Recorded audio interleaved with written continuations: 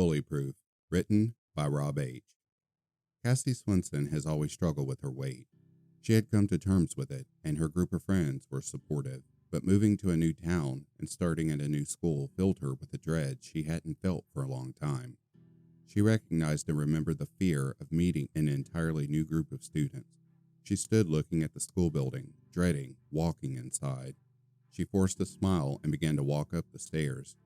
"You can do this," she said to herself as she reached for the handle of the door and hesitated.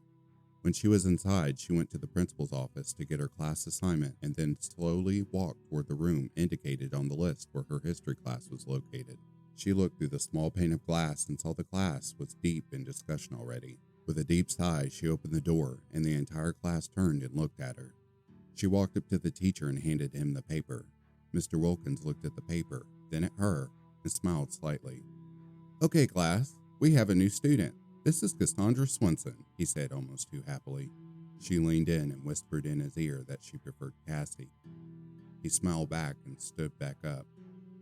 "This is Cassie Swenson. Please welcome her and make her feel at home." "Hello, Cassie," the entire class replied with much less enthusiasm. Very good," Mr. Wilkins said plainly. Okay, Cassie, please take a seat and feel free to join in any time." She walked down the aisle to the only seat available toward the middle of the classroom as everyone watched her. She felt instantly like she was on display and hated it. "Okay, we were discussing the possible theories regarding disappearance of the Jamestown settlement. Who has any new ideas that haven't been addressed yet?" Mr. Wilkins said brightly. Debbie looked at Cassie and raised her hand. "Maybe they got eaten," she said coldly. Everyone in the class laughed when they realized what she meant. Cassie turned away from her and shrank further in her chair. Later, in the cafeteria, she waited in line when Stacy Beecham waved her over as she stood with Debbie closer to the front. "Here," she said slyly, "you look like you need food more than we do. Just try to save some for the rest of us." Everyone in the line laughed as Cassie turned and walked away feeling totally humiliated. After the day was over, Cassie went straight home and ran up to her room. "What a horrible day," she thought as she collapsed in her chair and looked at the blank screen. She quickly logged in and looked up ways to deal with bullies at school. As she looked at the various websites that came up on the list, one stood out from the others. She had never seen a web address like this before, and the difference intrigued her. She hesitated for only a moment and clicked on the link. Her screen blinked and crackled for a moment. A warning came up on her screen from her virus protection. "You are about to enter the dark web. Please be careful what information you share." She thought for a moment and was about to click the button to close the website when her phone vibrated. She picked it up and looked at the message. There was a new posting on the school's website. "Since the school is looking for a new mascot," it began, "we have a proposal." There was a link to a picture underneath, and she instinctively clicked on it. The pic was very familiar. She recognized the features immediately. The shoulder-length brown hair, the glasses, the face was hers, but the body had been photoshopped into a pig's body. "We will name the new mascot Swenson," the caption under the picture read. Her heart sank and her eyes welled up. She knew a new school would be hard, but she never expected this after just one day. She tossed her phone down and held her face in her hands, trying to fight back the emotions. As she removed her hands from her eyes, she glanced back at her computer screen. The warning was still flashing on the screen, but behind it she saw the words, "Tired of being bullied? We can help." Without caring about the virus threat any longer, she closed her security warning and clicked enter on the website. "Welcome to Bullyproof," appeared on the screen in bold red letters. She entered her information to sign up as a member. As usual, she skipped over the fine print agreement. "Those things are all the same," she scoffed as she clicked next. A new screen came up asking her to choose her level of protection. A circle with a red line through it labeled Standard asked if she wanted to simply monitor any references to her name. Under that was a lightning bolt with the words next to it, "Delete any references to your name as soon as they are identified." "That's better," she thought to herself, "but I don't know." She continued to read, and at the very bottom was a skull with the words next to it, "Delete posters." She thought. Deleting the poster from my social media is probably the best way to deal with it. She clicked on the skull. Her phone vibrated almost instantly. She picked it up and looked at it. The new app icon was right there in the middle of her main screen. Bullyproof. You have selected maximum security. Click to activate. She clicked on the icon and a scanning bar appeared. It began to fill up very slowly as the app scanned the internet for what it was looking for. It moved very slowly, and underneath were the words, "This may take a while." After about an hour, she decided the day had caught up with her and she went to bed. The clock next to her bed read 1:18 a.m. when her phone buzzed. The app has finished its scan. Preparing to initiate safety measures, the screen flashed. Instantly, the signal from her phone contacted the satellites in orbit and bounced all over the town, reaching out to any device that had a connection to any posting about Cassie. It found only two and accessed their information. She woke in the morning and had almost forgotten that her phone was still searching when she grabbed it to check it for any messages. The app indicated it had one match identified. She clicked on it and the picture of the pig came up and her heart sank again. Under the picture was the name, posted by Deborah Stratton. She thought for a moment. That was one of the girls in my history class. The name glared out at her and made her angry just seeing it. Click apply to delete poster, the app read under the name. Without even thinking, she clicked on the button and the skull's eyes lit up bright red. Poster scheduled for deletion. It reached out across the electronic connections all over town and linked with Debbie's phone. Debbie stood in front of the principal's desk, waiting for him to say something as he read the report Miss Applewhite had filled out. "Well, Miss Stratton," he said with a sigh, "since you like having fun in the cafeteria, you can help Miss White restock the freezer after school today," Principal Lewis said, stamping the paper on the desk in front of him and smiling. It's Friday," Debbie snapped defensively. "Very good, Miss Stratton. Now that you know the days of the week, we'll have you up to months of the year in no time," Mr. Lewis said sarcastically as he handed her the paper. "Ugh," she sighed. "My dad's gonna hear about this," she snapped and snatched the paper out of his hand. She quickly turned and stalked out of the office, slamming the door behind her. Mr. Lewis shook his head disappointedly as he watched her leave. In the cafeteria, Debbie was watching Miss Applewhite stack the boxes on the shelf in the freezer. Suddenly, the door closed, causing Debbie to jump slightly. "Don't worry about that. It's programmed to do that, so the cold doesn't get out. But don't worry, it won't lock," Miss Applegate smiled. "This is a new state-of-the-art freezing unit, best in the district." I'm sure it's the greatest thing if you have nothing else going on in your life," Debbie sighed and rolled her eyes. Mrs. Applewhite's smile disappeared. "I know you're young and think you're very hot, Miss Stratton, but there's no reason to be so cold to people," she said as she pushed the door open to get more food. Debbie followed her out. "Can we please skip the ethics lesson and get this done so I can get out of here?" she asked impatiently. "I have a better idea," Mrs. Applewhite said with a smile returning to her face. "Why don't you finish this? I'm going to start my weekend. I don't have to waste time on this kind of thing with a person like you. Finish this, and then you can go," she said, grabbing her purse and walking out in a bit of a huff. After about 20 minutes, she looked at her watch. 6:30, she sighed. She grabbed more of the boxes and walked into the freezer and was stacking them on the shelf when she heard the door close again, making her jump just a little and drop the boxes. "Stupid machine," she said angrily as she picked them up and placed them on the shelf.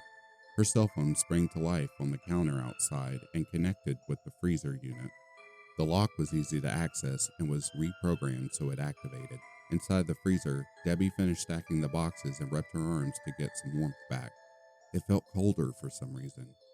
She pushed on the door handle and expected it to open just as it had done so many times before, but it didn't budge. She pushed again, this time harder, but still nothing. Outside the freezer, the digital temperature reading was accessed by her phone and began to lower. It was now 0 degrees and was rapidly going down. It passed -10, then -20, then -30. Inside the freezer, Debbie was pounding on the door, but there was no one left in the cafeteria to hear. She was screaming as the temperature got colder and colder. She grabbed anything she could find to try to break the glass, but it was too thick. She saw ice crystals forming all along it, and they began to obscure the view to the outside. By the time the temperature reached -60, her hair and skin began to get covered with frost, and the temperature still fell. She sat down, getting very tired from the cold, and before long fell asleep. Within minutes, the temperature reached -90 and her internal body began to freeze. Saturday morning, Mrs. Applegate walked in and found the rest of the boxes stacked on the counter. She shook her head and cursed as she saw Debbie's cell phone on the counter. "Stupid girl," she said, grabbing the boxes. She pulled open the freezer door, which had previously returned to its original setting, and walked into the freezer. She screamed as soon as she saw Debbie's frozen body in the corner. Cassie came down in the morning and headed to the kitchen for breakfast. It was 10:30, and she slept late since it was Saturday, and it was such a rough week. When she walked in, her mother immediately hugged her tightly. "Oh, honey, I'm so sorry," she said with her voice trembling. Cassie looked confused for a moment when she noticed the news on the laptop on the table. A picture of her school surrounded by ambulances and police cars filled the screen. "What happened?" she asked, pulling away from her mother and getting closer to hear what was being said. "Police still aren't sure how the girl became trapped in the freezer, but it is being called a tragic accident," the reporter said. "The unit was installed a few months ago and appears to be working fine at this time, but it will be shut down until more extensive tests can be done. A candlelight vigil is being scheduled for this evening at the school. Once again, repeating, 16-year-old Deborah Stratton was found this morning frozen to death in a freezer at—" "Oh my God!" Cassie shrieked and backed away from the screen. "I knew her. She's in my history class and—" She caught herself when she remembered the app on her phone. She raced upstairs and grabbed her phone and opened the app. "User deleted" came up on the screen. She tossed the phone down and covered her mouth to hold in a scream. "Oh my God, that's impossible," she thought frantically. "It must just be a coincidence." Most of the school turned out for the vigil that evening. Cassie walked through the crowd, who largely ignored her now with everything that had happened. She noticed Stacy at the front of the line with tears running down her face. "Stacy, I am so sorry," Cassie said as she reached out her arms to hug her for support. "Ugh, get away," Stacy said bitterly as she recoiled. "How can someone like you get to live and a beautiful person like Debbie die so horribly?" Cassie listened and couldn't help feeling totally rejected. Inside her pocket, her phone sprang to life as the microphone picked up every word Stacy had said. Cassie turned and walked away slowly with her head hung. Maybe she was hurt and just lashing out, but maybe she was always a mean person, she thought to herself as she pulled out her phone to text her mother that she was on her way home. She instantly noticed the one on the corner of the Bullyproof app and clicked on it. The screen lit up with the display and played the recording of Stacy's voice. "One post discovered," the app read. "Press apply for deletion." She looked at it long and hard and listened to the recording again. The words stung more than before. But what if the app did have something to do with Debbie's death, she thought. She closed the app and shoved the phone back in her pocket and continued walking. After a few minutes, the phone chimed again, and the one appeared back on the app. She opened it. "You are tired of being treated so badly. You do not have to stand for it. Press apply for deletion," the app wrote.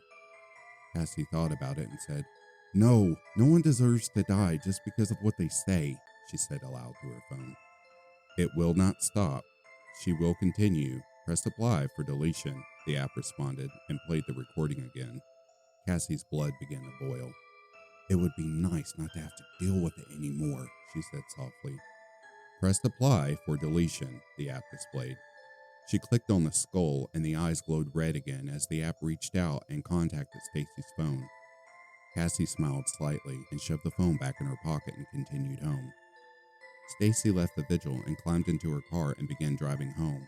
As she approached the railroad crossing, she stopped as the lights flashed indicating that a train was coming. She sighed and waited impatiently. Her phone sprang to life and connected with her car's onboard computer. It quickly bypassed the braking system, and the car began to slowly roll forward. In a fit of panic, Stacy reached for the door handle just as the locks went down and sealed her inside. The car continued to roll onto the tracks as she struggled to get out.